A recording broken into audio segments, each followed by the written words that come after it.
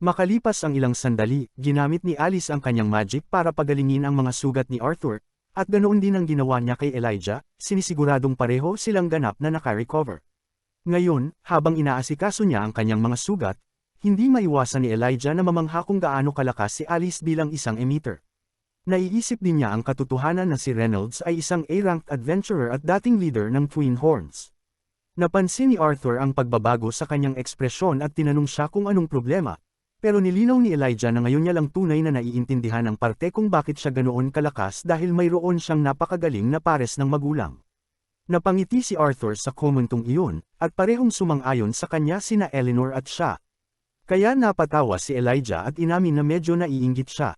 Nang araw ding iyon, ngayong ganap nang naka-recover silang dalawa, nagdesisyon silang umalis. Ayaw ni Eleanor na umalis sila agad, kaya nagtantrum siya at iginiit na gusto rin niyang sumama sa kanila. Pinigilan siya ni Reynolds at nilinaw na hindi siya pwedeng sumama sa kanila ngayon dahil kailangan ng mga lalaki ng oras para sa kanilang sarili. Si Sylvie naman, nagdesisyong manatili sa bahay para lang matulog buong araw. Maya-maya pa, dumating si Arthur sa market kasama si Elijah at nagdesisyong pag-usapan ang quest nila ngayong araw, tinatanong siya kung ano ang kanyang objectives. Sinabi ni Elijah sa kanya na ang plano ay kunin ang kanyang essential supplies at ang kondisyon nila para matapos ito ay manatili sa ilalim ng budget. Mukhang maayos naman yun para kay Arthur, kaya madali niyang tinanggap ang deal at binigyan siya ng bag na may ilang bagay na binili niya mula sa isa sa mga market stalls. Nag-aalangan na tinanggap ni Elijah ang bag at tinanong siya kung sigurado ba siyang ayos lang ito. Sinabi rin niya ang parehong bagay tungkol sa pagpasok sa academy, pero sobra na talaga ang ginagawa niya para alagaan siya kaya hindi siya sigurado kung dapat niya itong tanggapin. Tiniyak ni Arthur sa kanya na ayos lang iyon, at nilinaw niyang natural lang iyon dahil iniligtas niya ang kanyang buhay. Sa kabila noon, pinaalalahanan siya ni Elijah na kung ganoon niya sasabihin iyon, kailangan din niyang maghanap ng paraan para makabawi sa kanya. Tutal, kung hindi dahil sa kanya, natagpuan din sana nila ang bangkay niya sa ilalim ng labyrinth na iyon. Biglang naging mabigat ang usapan sandali, kaya mabilis na sinubukan ni Arthur na pagaanan ang atmosphere sa pagsasabi na dapat siyang magtrabaho para sa kanya hanggang sa mamatay siya sa kasong iyon. Mabilis na tumutol si Elijah, pero nilinaw ni Arthur na nagbibiro lang siya at basta na lang tumakbo habang tumatawa. Wala nang ibang choice si Elijah kundi habulin siya, desperadong hinihiling na maghintay siya dahil hindi niya alam ang daan sa paligid ng bayan at ayaw niyang maligaw. Habang tumatakbo sila sa paligid ng bayan, si Jasmine naman ay nasa isang inn, tinatanggal ang huli niyang mga benda ngayong naka-recover na siya. Biglang dumating si Helen at naghagis ng mansana sa kanya para subukan siya. Kaya agad na nag-react si Jasmine at hinati ang mansana sa dalawa gamit ang kanyang short sword, sinasalo ang mga piraso gamit ang isa pa niyang kamay.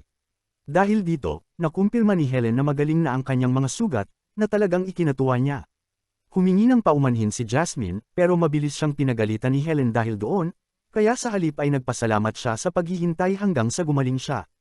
Ngumiti si Helen at sinabi na ayos lang iyon. At pagkatapos ay nabanggit niya na mukhang medyo mahirap ang susunod nilang quest kaya mas mabuting sumama siya rito.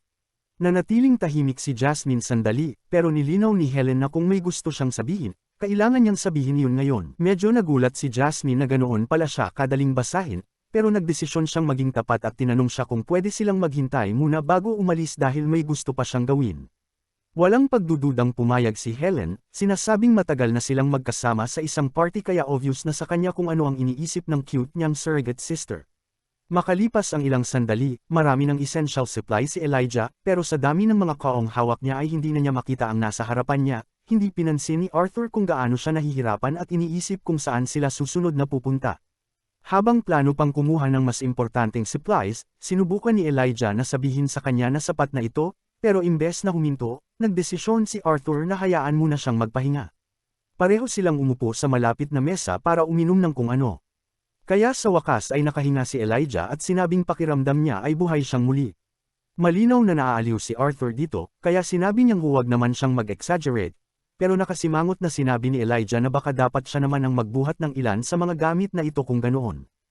Tinanong lang ni Arthur kung bakit hindi niya gamitin ang kanyang dimension ring, at tuluyang natigilan si Elijah, na para bang hindi man lang pumasok sa isip niya ang ideyang iyon hanggang ngayon. Sa wakas ay nag-react siya at inaming may punto siya, kaya sinabi ni Arthur na talagang makakalimutin siya minsan. Biglang nakalimutan nina Arthur at Elijah ang pinag-uusapan nila nang makita nila ang tatlong batang tumatambay sa bayan, masayang nag-uusap. Hindi nila maiwasang titigan ang mga ito ng tahimik sa mahabang sandali, iniisip ang pagkakaibigang mayroon ang mga batang iyon. Medyo bumigat ang atmosphere sa nakita nilang iyon, kaya nagdesisyon si Arthur na oras na para magpatuloy sila dahil kailangan pa nilang kumuha ng iba pang essentials. Samantala, naghahanap naman ng gulo si Lucas sa guild, hinihingi kay Caspian ang impormasyon tungkol kay Note. Hindi sumagot si Caspian at hindi man lang siya nilingon, kaya nagsimulang mawalan ng pasensya si Lucas at tinanong siya kung nakikinig ba siya. Nang hindi pa rin siya makakuha ng sagot, may pagbabanto na sinabi ni Lucas na hindi siya maaaring salungatin ng isang simpleng guild head. Ngunit sa wakas ay humarap si Caspian sa kanya at kalmadong sinabi na dahil sa Three Kingdom Alliance, ang Adventurers Guild ay aktibo na ngayon internationally, tumatanggap ng ibang lahi na nagresulta sa paghigpit ng kanilang mga patakaran. Kaya hindi niya maaaring isipin na ang pagiging isang Wikes ay nagbibigay pa rin sa kanya ng parehong pribilehiyo gaya noon. Pinaalalahanan siya ni Caspian na hindi naman siya isang adventurer sa ngayon, at walang paraan na yuyuko siya sa kapritsyo ng isang sibilyan, kaya dapat na siyang umalis at huwag nang magtanong pa. Wala nang maisagot si Lucas laban doon, pero halatang frustrado at galit siya, kaya binalaan niya si Caspian na hindi pa ito tapos at hindi niya ito makakalimutan. Sumunod palabas ng opisina ang kanyang mga guards habang walang tigil na nagrereklamo si Lucas, sinasabing kasalanan lahat ito ni Note. Nagdesisyon na lang siyang umuwi. Kaya tinanong siya ng kanyang mga guards tungkol kay Xian dahil hindi pa ito bumabalik. Nagpatuloy lang sa paglalakad si Lucas, hindi naghihintay kaninuman at sinasabing wala siyang pakialam. Samantala, matapos mapatulog ang isang worker mula sa guild, nagawa ni Xian na makapasok sa data room. Matapos maghanap ng kaunti, wala siyang nakitang mahalagang impormasyon tungkol kay Note o sa kanyang identity. Ngunit sa likod mismo ng file nito, nakita niya ang profile ni Jasmine at nalaman niyang miyembro siya ng Twin Horns.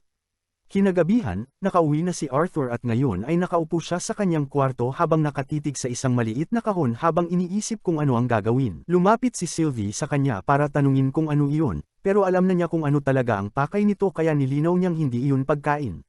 Sa kabila nito, sinabi ni Sylvie na gutom siya at may naaamoy siyang masarap. Naglabas si Arthur ng mana core, iniisip na iyon ang tinutukoy niya, at excited namang kinumpirma iyon ni Sylvie. Nang walang kahit kititing na pag-aalinlangan, agad niya itong nilundag para kainin, pero nakareact agad si Arthur at naiwasan siya. Hindi basta sumuko si Sylvie kaya sinubukan niya ulit, pangalawang beses, pangatlo, at maging pang-apat pa. Pero naiwasan siya ni Arthur sa bawat pagkakataon at sa wakas ay pinigilan siya gamit ang kanyang kamay. Madali naman siyang na-frustrate doon kaya sinabi niyang huwag naman siyang maging masama at hayaan na lang siyang kainin iyon. Matatag na sinabi ni Arthur na hindi niya pwedeng kainin iyon dahil pinag-aaralan pa niya ang mana core na ito. Gayunpaman, tumingin siya sa maliit na ring box sa harapan niya at inaming ang talagang iniisip niya ay kung ano ang gagawin dito. Bago pa niya iyon mapag-isipan ng mas malalim, kumatok si Eleanor sa pinto at ipinaalam sa kanya na tinatawag siya ni Reynolds. Nagpasalamat si Arthur sa pagsabi sa kanya at nagdesisyong pumunta agad. Pero sinigurado niyang dalhin ang mana core para hindi ito makain ni Sylvie habang wala siya. Nang lumabas si Arthur, hindi lang ang kanyang ama ang nadatnan niya kundi pati si Jasmine na naghihintay sa kanya. Pagkatapos ay sinabi ni Reynolds sa kanya na aalis na sina Jasmine at ang iba pa, na talagang ikinagulat niya. Ipinaliwanag ni Jasmine na medyo malayo ang susunod nilang quest kaya hindi niya siya makikita muli ng matagal. Mukhang medyo nalungkot si Arthur sa balitang iyon kahit alam naman niyang mangyayari rin ito kalaunan. Tutal, mangyayari talaga ito kapag tumigil na siyang maging si Note. Biglang nagsalita si Jasmine sa seryosong tono at humingi ng isang huling training, gusto niyang makalaban siya. Siyempre, hindi maaaring tanggihan ni Arthur ang imbitasyong iyon. Kaya lahat, kasama ang Twin Horns, sina Alice at Elijah, ay lumabas para manood. Sina Alice at Eleanor ay masayang nag-cheer para sa kanya, masiglang sumusuporta sa kanya, pero medyo nalilito si Elijah sa buong sitwasyon. Kaya tinanong niya kung bakit nga ba sila naglalaban. Ipinaalam ni Adam sa kanya na isa itong uri ng tradisyon ng mga adventurer, at ipinaliwanag ni Angela na gaano man kalakas ang kanilang mana core, mas marami pa rin sa isang laban kaysa doon. Binanggit ni Helen na ang maling paghusga at mga sandali ng pagiging pabaya ay maaari pa ring magdulot ng kanilang kamatayan kahit A-ranked sila. Pagkatapos ay ipinaliwanag ni Darren na ang tanging paraan para tunay na masukat ang isang tao ay ang labanan siya. Bago sila magsimula, sinabi ni Angela kay Jasmine na maglalagay sila ng barrier para makalaban sila ng hindi nagpipigil. Nang matapos ito, tinanong ni Jasmine si Arthur kung handa na siya, pero ang tingin sa kanyang mga mata ay nagpabalik kay Arthur sa paraan ng pagtingin niya noong mga panahong isinasapanganib nila ang kanilang buhay habang lumalaban bilang mga mandirigma. Iisa lang ang ibig sabihin noon, ibubuhos niya ang lahat sa pagkakataong ito, at lalabanan niya siya gamit ang lahat ng mayroon siya. Masayang tinanggap iyon ni Arthur at ipinaalam sa kanya na handa na siya. Kaya inanunsyo ni Reynolds ang pagsisimula ng laban. Isang segundo pa lang ang lumipas at agad nang tumakbo si Jasmine diretso sa kanya. Kaya sinalubong siya ni Arthur gamit ang kanyang espada. Tahimik na pinanood ng lahat habang walang tigil silang nagbabanggaan ng espada hanggang sa tuluyan silang umurong palayo sa isa't isa. Gayunpaman, bago pa makapaghanda si Arthur, muli nang tumatakbo si Jasmine papunta sa kanya. Sinusubukang tamaan siya gamit ang kanyang mga espada mula sa iba't ibang direksyon. Kahit papaano ay nagawa ni Arthur na iwasan siya, pero nabigla siya nang bigla itong tumalon sa ere at binigyan siya ng double front kick sa mukha. Madali siyang nawala ng balanse dahil doon at naalala niya na ang 2 taon bilang adventurer ay nagbigay daan kay Jasmine para hasain ang kanyang sword skills. At kahit hindi pa rin siya kapantay ng dati niyang buhay, ipapakita niya rito kung paano siya nag-improve. Huminto sandali si Jasmine at pagkatapos ay muli siyang sumugod gamit ang kanyang espada, inaatake siya gamit ang sunod-sunod na mabilis na hiwa. Mabilis na naiwasan ni Arthur ang lahat ng atake, pero ibinaba niya ang kanyang guard kahit isang segundo lang, at bigla siyang malakas na tinamaan ni Jasmine gamit ang kanyang siko, dahilan para mapaurong siya. Habang pinapanood nila ang laban, binanggit ni Adam na nasa preferred range ni Jasmine ang kanilang laban. Ipinaliwanag ni Helen na magiging mahirap iyon kahit para sa kanya. Pero nilinaw ni Adam na hindi niya hahayaang makalapit siya ng ganoon. Tutal, seryoso talagang lumalaban si Jasmine ngayon. Sinabi ni Reynolds sa kanya na hindi siya gaanong sigurado roon dahil sa tingin niya ay nagpapainit pa lang sila. Hindi nagtagal ay muling lumapit si Jasmine kay Arthur para umatake ng malapitan, hindi siya binibigyan ng kahit kaunting oras para makabawi. Alam ni Arthur na kailangan niyang panatilihin ang distansya niya, pero madaling nahulaan ni Jasmine ang gusto niyang gawin at agad siyang tumalon papunta sa kanya nang walang pagdududa. Habang nasa ere siya, umikot siya at itinapat ang isa sa kanyang mga espada diretso sa mukha niya. Kahit papaano ay nakareact agad si Arthur at kaagad na gumanti gamit ang isang sipa, dahilan para mabigla si Jasmine. Dahil doon ay nakakuha siya ng kaunting distansya para makahinga. Kaya inamin ni Jasmine na maganda ang naging desisyon niya. Sinabi niya rito na hindi siya gaanong sigurado dahil nauwi pa rin sila sa pakikipaglaban sa kanyang range. Pinaalalahanan siya ni Jasmine na hindi problema ang magkamali basta alam niya kung paano bumawi mula sa pagkakamaling iyon. Tiniyak ni Arthur sa kanya na tanda niya iyon dahil iyon ang paraan kung paano siya nabubuhay at iyon din ang itinuro niya sa kanya. Pagkatapos ay humingi siya ng paumanhin at nilinaw na hindi niya yata siya matatalo gamit lang ang espada kaya tataasan niya pa ito. Sa loob lamang ng ilang segundo ay nagliyab ang kanyang espada, at mukhang wala namang problema si Jasmine rito kaya masaya niyang tinanggap ang paggamit ng magic. Ngayon, nang walang pagdududa, sumugod si Arthur sa kanya gamit ang kanyang espada, at ang matinding apoy ay pinilit si Jasmine na umiwas at umatras. Namangha si Reynolds habang pinapanood ang buong laban dahil sinabi na ni Arthur sa kanya ang tungkol sa paglago ng kanyang mana core, pero kahanga-hanga pa rin itong makita. Sumang-ayon si Helen at binanggit na 11 years old pa lang siya ngayon kaya siguradong magiging isang halimaw siya sa hinaharap. Inamin naman ni Adam na mas malakas na siya kaysa noong nakalaban niya siya noon kaya hindi niya ma-imagine kung gaano siya kalakas pagkalipas ng ilang taon. Ibinabaling ni Jasmine ang isa sa mga fireball ni Arthur, kaya sinisigurado ni Durden na ang barrier na kanilang ginawa ay makakayanan ng impact na pinuprotektahan ang lahat sa paligid. Nagpasalamat si Adam para roon, pero nilinaw ni Durden na baka kailangan nilang umatras pa ng kaunti dahil mabilis na lumalala ang sitwasyon. Ngayon, hindi na halos napapansin ni Arthur ang nangyayari sa paligid dahil nakatuon lang ang buong atensyon niya kay Jasmine. Napansin niya na tinataasan nito ang output niya sa mismong sandali ng depensa, isang trick na hindi pa niya kayang gawin. Dahil doon, alam niyang kailangan niyang buksan ang depensa nito. Sa loob lang ng ilang sandali, napapalibutan siya ng apoy. At maging ang Twin Horns ay nagulat nang makita kung gaano kalaking apoy ang kaya niyang kontrolin. Gulat din si Elijah dahil ganoon kalaking apoy ang katulad ng kay Lucas, at hindi niya alam na kaya niya pala iyon. Inatake ni Arthur gamit ang buong apoy na iyon, at nang huminto sandali si Jasmine para harangan ang mga apoy, tumalon siya mula sa itaas. Gumamit siya ng magic para salagin ang atake, at habang nagbabanggaan silang dalawa ng espada, isang matinding bugzo ng apoy ang tumama sa iba. Agad na pinalakas ni Angela ang barrier para mapigilan ang apoy na lumapit sa kanila, at sinabi ni Elijah na sumusobra na ito. Sa kabila ng pag-aalala niya, si Angela ay humanga lamang at sinabi na si Arthur ay tiyak na nasa level ng A-rank firepower. Gayunpaman, huminto sandali si Arthur nang mapagtanto niyang na-neutralize ni Jasmine ang kanyang atake. Hindi maintindihan ni Elijah kung paano niya nagawa iyon. Kaya ipinaliwanag ni Reynolds na pinaghiwa-hiwalay ni Jasmine ang apoy gamit ang pantay na puwersa. Mukhang imposible pa rin iyon para kay Elijah. Kaya sinabi ni Helen na si Jasmine ay isang Flamesworth, ang pamilya na gumagamit ng pinakamakapangyarihang fire magic sa kaharian ng sapin. Mas lalo lang siyang nalito dahil doon. Kaya ipinaliwanag pa ni Helen na si Jasmine ay ipinanganak na may affinity sa hangin, pero iyon lang ang pagkakaiba. Isa pa rin siya sa pinakamalakas na mage bloodline, kaya nakaapekto ito sa kanyang self-esteem. Pero masasabi niyang ang 2 taon na ito kasama si Arthur ay naging mahalaga rin para kay Jasmine. Naalala ni Jasmine ang sinabi ni Arthur noong unang beses niyang ipinakita sa kanya ang kanyang magic matapos niyang pabagsakin mag-isa ang isang halimaw gamit ito. Sinabi nito kung gaano kagaling ang hangin niya. Hindi niya nakalimutan ang mga salitang iyon, at kaya gusto niyang magseryoso siya. Ngayon, seryoso na talaga si Arthur noon pa man, pero nagdesisyon siyang subukan ang iba at gumamit ng lightning. Naghanda si Jasmine at lumayo siya mula sa lightning, pero tumakbo si Arthur diretso sa kanya para umatake gamit ang espada. Alam niya na kapag nataman niya ito ng kanyang blade ay panalo siya, kaya mapipilitan itong umiwas at kailangan niyang eye pressure ito. Bago pa tumama ang espada niya, gumamit si Jasmine ng magic para eye compress ang hangin at harangan ito nang hindi nagkakaroon ng contact.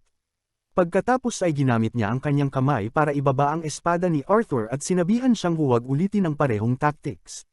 Nang hindi na nag-aksaya ng kahit isang segundo, biglang sinipan ni Jasmine ang mga paa niya para patumbahin siya at inatake siya mula sa itaas, pero mabilis na gumulong si Arthur para umiwas. Maya-maya, napagtanto ni Arthur na walang gumagana dahil nahuhulaan ni Jasmine ang kanyang galaw. Habang nag-iisip siya kung ano ang gagawin, bigla niyang naalala na may kapangyarihan siyang patigilan ang oras. Ngunit agad niya itong itinapon sa isip at nagdesisyong hindi ito gagamitin dahil hindi lang siya tinuruan ni Jasmine kung paano gumamit ng espada, kundi kung paano mabuhay. Ibinigay niya sa kanya ang lakas na kailangan niya para makabalik sa mga taong mahal niya. Binalaan ni Arthur na nagsisimula pa lang ang laban, at sinabi ni Jasmine na ayos lang iyon sa kanya. Bigla siyang tumakbo at naghagis ng bag sa kanya, kaya instinctively hinati ito ni Jasmine gamit ang espada at nabigla siya sa laman nito. Nilinaw ni Arthur na powder lang iyon, at sinabihan siyang distraction lang iyon. Halos hindi na nakaiwas si Jasmine nang umatake si Arthur, at sinamantala niya ang pagkakataon para maghagis ng mga bag ng langis sa paligid niya. Hindi siya nag-aksaya ng oras at agad gumamit ng apoy, dahilan para sumabog ang mga bag at mawalan ng balanse si Jasmine. Nagawa ni Arthur na patumbahin siya, pero naghagis si Jasmine ng bag ng powder pabalik sa kanya. May epekto ito sa katawan niya, pero tiniyak ni Jasmine sa kanya at nilinaw na hindi siya mamamatay. Binuhusan niya ang kanyang espada ng kung anong uri ng likido at ipinaliwanag na magiging manhid lang siya sandali. Alam ito, nagdesisyon si Arthur na ipagpatuloy ang laban. Hindi para manalo o pumatay, kundi para mabuhay. Itinuro niya sa kanya ang kailangan niyang malaman para magawa iyon. Kaya kailangan niyang manalo, para ipakita sa kanya sa pamamagitan ng paggamit ng lahat ng itinuro nito sa kanya. Gusto niyang ipakita sa kanya na magiging maayos siya at kaya niyang magpatuloy ng mag-isa. Pagkatapos magbanggaan ng mga espada, umatras si Arthur para makakuha ng distansya. Pero hindi siya nag-aksaya ng oras at agad na tumakbo papunta sa kanya muli. Gayunpaman, bago pa niya maabot ito, inihagis niya ang kanyang espada sa gilid nito at inactivate ang kanyang magic, binuhos siya ng apoy. Doon lang niya nagawa na ilagay ang kutsilyo sa leeg nito, na ipinapalam sa kanya na siya ang nanalo sa laban na ito. Ngumiti si Jasmine nang may pagmamataas at sinabi na lagi siyang nakakaisip ng mga pinaka-sneaky na ideya gaya ng itinuro niya sa kanya. Inamin niya na lumakas na siya at pinasalamatan siya ni Arthur sa lahat. Kinabukasan, bago umalis ang Twin Horns, ibinigay ni Arthur kay Jasmine ang Dimension Ring na binili niya bilang regalo, sinasabing ito ang kanyang pasasalamat sa nakaraang 2 taon. Nagpasalamat si Jasmine at tinanong siya na ikwento sa kanya ang nangyari pagbalik niya. Madali niya itong sinang-ayunan at hiniling din na ikwento nito ang tungkol sa academy. Niyakap ng dalawa ang isa't isa habang ginagawa nila ang pangakong iyon at pagkatapos noon, sa wakas ay nagpaalam na ang Twin Horns. Napansin ni Elijah ang malungkot niyang ekspresyon habang pinapanood niya silang umalis, At alam ni Arthur na hindi ito tulad niya.